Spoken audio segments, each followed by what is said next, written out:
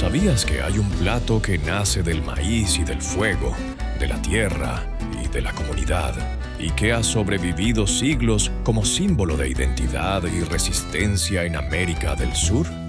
Ese plato es el locro, una comida espesa, ancestral, que reúne a las familias y a los pueblos alrededor de la olla común.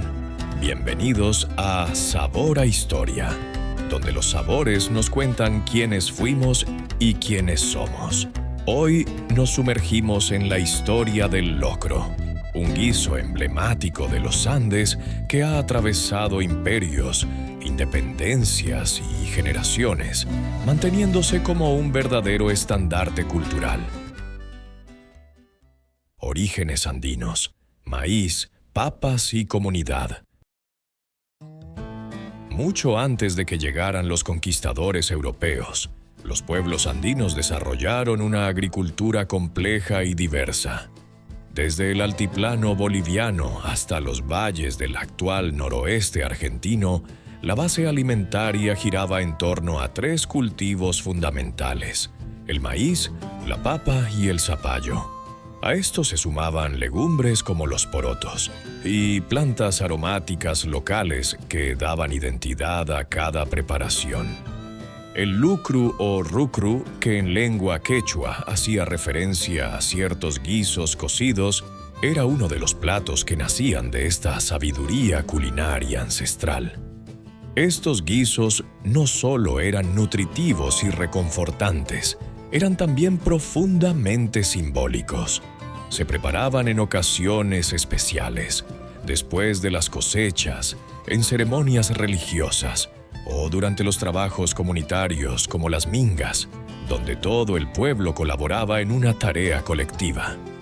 Las ollas de barro se ponían al fuego con ingredientes sencillos pero poderosos: papas recién cosechadas, zapallo tierno, choclo desgranado y hierbas como el huacatay o la muña. El resultado era un alimento que hablaba del paisaje, del calendario agrícola y de la conexión espiritual con la tierra. Lo más importante, sin embargo, era el modo en que se compartía: en ronda, en comunidad, pasando la cuchara o el cuenco. La comida no era propiedad individual, era parte del tejido social.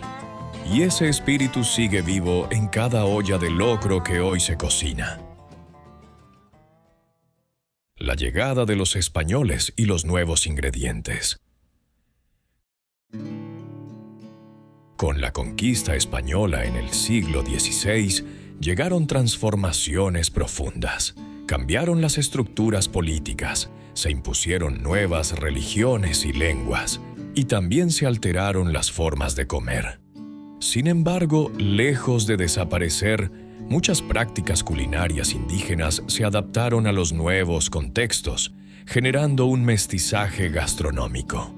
Animales como la vaca, el cerdo y el cordero trajeron proteínas nuevas a la mesa americana. También llegaron ingredientes como el trigo, el ajo, la cebolla y la grasa animal, que se sumaron a los guisos tradicionales y les dieron nuevas dimensiones de sabor y textura. El locro, ya transformado por estas incorporaciones, empezó a consolidarse como una comida del pueblo, especialmente entre los sectores más humildes. Era barato, rendidor y calentaba el cuerpo en los duros inviernos andinos y pampeanos, pero también tenía un valor simbólico. En la olla del locro se mezclaban 2 mundos, el indígena y el europeo, en un diálogo forzado pero persistente. Incluso las formas de cocción cambiaron. Las ollas de barro fueron reemplazadas por calderos de hierro fundido, y el fuego a leña se combinó con nuevos utensilios metálicos. Pero la esencia permaneció: una cocción larga, ingredientes sencillos y la voluntad de alimentar no solo el cuerpo, sino también la memoria. El locro y la independencia. Con la llegada del siglo XIX, las luchas independentistas sacudieron el continente. En medio de batallas, revoluciones y proclamas, el locro encontró un nuevo papel: convertirse en símbolo de identidad criolla. En Argentina, esta asociación fue especialmente fuerte. Aunque no existen registros precisos que confirmen que se sirviera locro durante la Semana de Mayo de 1810, la tradición popular fue tejiendo esa idea hasta volverla parte del imaginario colectivo. Cocinar locro el 25 de mayo se convirtió con el tiempo en un acto de afirmación patriótica. En las casas, en los cuarteles, en las escuelas, el locro se volvió protagonista de las celebraciones patrias. A diferencia de los banquetes refinados de las élites, el locro representaba lo popular, lo criollo, lo auténticamente del pueblo. Era el plato de quienes habían luchado por la independencia y de quienes heredaban esa historia. En Bolivia, Perú y Ecuador también se mantuvo esa continuidad histórica. En Quito, por ejemplo, el locro de papa se convirtió en símbolo de identidad serrana, mientras que en los Andes bolivianos, el locro de zapallo marcaba la unión entre campo y ciudad. El guiso, en todas sus formas, fue vehículo de una memoria resistente. Ingredientes que cuentan historias. Preparar un locro no es simplemente seguir una receta, es convocar una historia. Cada ingrediente lleva consigo siglos de transformaciones. En el caso del locro criollo argentino, por ejemplo, el maíz blanco partido, los porotos payares y el zapallo anco representan lo prehispánico. La panceta, el chorizo colorado, la falda vacuna y el uso de grasa o aceite representan lo europeo. La fusión ocurre lentamente, al compás del hervor prolongado que ablanda las carnes y amalgama los sabores. El momento culminante es la preparación de la salsa o grasita colorá, cebolla de verdeo, ají molido, pimentón dulce o picante, todo sofrito en grasa caliente. Esta salsita se vierte justo antes de servir como sello final. Cada cocinero o cocinera tiene su versión, y ahí se manifiesta la creatividad, la memoria familiar, el toque personal. En muchas comunidades, el locro se cocina en eventos colectivos, escuelas rurales, parroquias, clubes barriales. Se organizan rifas, se reparten porciones, se celebra la pertenencia. En esas ollas gigantes, donde se cocina para cientos de personas, se puede leer una historia de solidaridad y resistencia.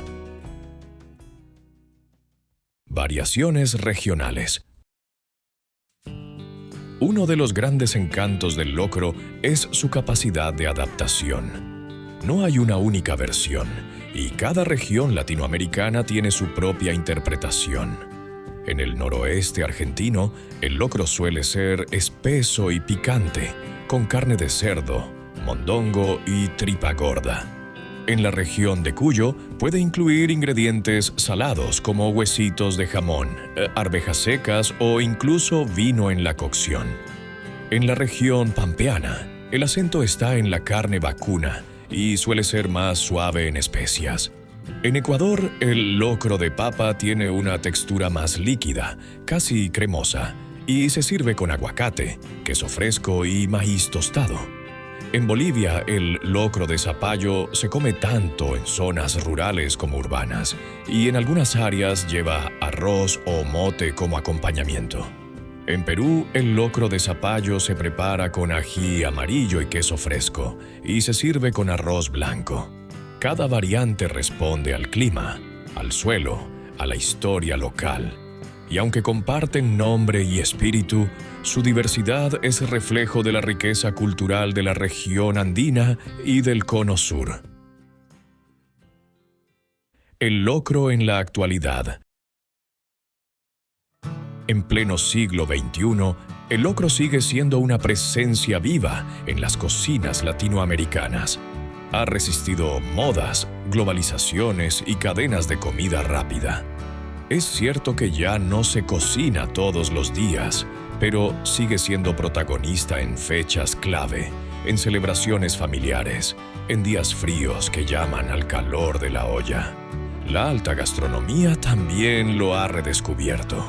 Chefs latinoamericanos han llevado el locro a restaurantes de autor, reinterpretándolo con técnicas modernas, presentaciones minimalistas o ingredientes innovadores. Pero incluso en estas versiones sofisticadas, el locro conserva su poder evocador.